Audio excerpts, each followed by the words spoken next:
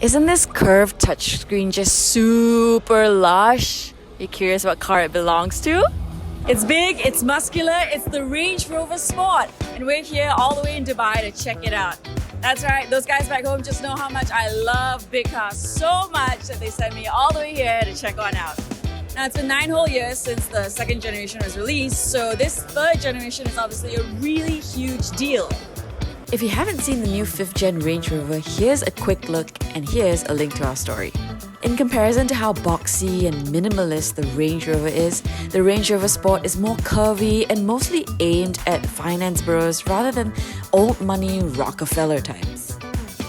So right off the bat, you can see it's got this really sporty look going for itself with the fierce grills, 1, 2, 3, so much air intake, and slimmer headlights. Overall giving it a very tough guy, sporty feel. And these headlights are now digital LED lights that were previously pixel LED.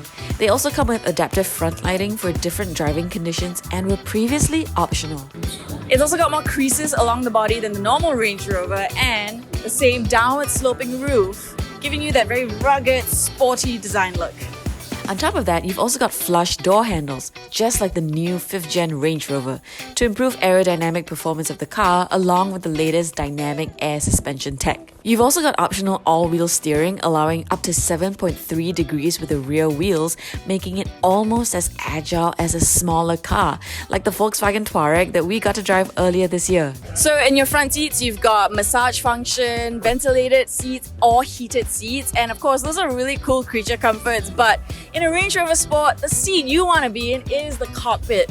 And you've now got a 13.1-inch digital driver's display. Infotainment system runs on PV Pro like all the newest Jaguar Land Rover cars. And it's also 13.7 inches. And it's taken a leaf out of BMW's iX with a curved display. And just for reference, my laptop is 13 inches. So that's pretty huge for a display, right? And of course, you've got your standard wireless Apple CarPlay and Android Auto. So the Cabin Air Purification Pro system has also adapted to the times, and now not only does it filter out bacteria and allergens, but it also significantly reduces the SARS-CoV-2 virus. That's right, COVID. So you've heard of ACC, Adaptive Cruise Control. Now get ready for Adaptive Off-Road Cruise Control. Now this function allows you to choose from one of 4 comfort settings, and you set the speed that you want to cruise at, and you can just let go and focus on your steering. But we would probably advise you from doing that and instead keep your focus on your driving, because you never know what could jump out at you if you're driving on a long, dark stretch of road at night. This being a Range Rover, it'll have all sorts of systems to keep you going off the beaten track that are now standard. There's air suspension, clear sight ground view that gives you visuals on any obstacles that could be under your car, and weight sensors to warn you when it reaches its maximum depth of 900 millimeters. Passengers get some pretty good stuff too, with 31mm increase in legroom, and I'm 1.65 meters, so this headspace is not bad. But the new lineup is set to feature mild hybrids, plug-in hybrids, and the petrol version, just like before. But before we get into that, can you tell me the last time a plug-in hybrid actually sold well in Singapore? Go ahead, I'll wait. So our best guess is that the P400 will be the most popular ones in Singapore, and these come with an inline 6-cylinder 3-litre engine. It's still too early to tell, but our best guesstimate of the P400 at 450,000 Singapore dollars. Maybe. But you can expect to see the Range Rover Sport in Singapore probably sometime later this year.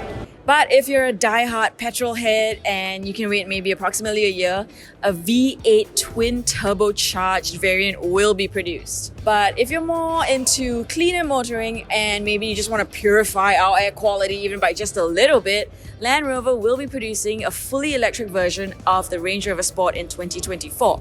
Now, how much will it go on one charge? We don't have that information yet, but hey, come back to us in 2 years and we will definitely have the scoop for you on that. And that was our quick walkthrough of the new 3rd generation Range Rover Sport.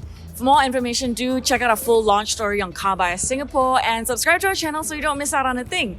And if you're not surprised that they sent me all the way here to check out yet another big car, do give this video a thumbs up. I'm Kimberley and I'll see you next time.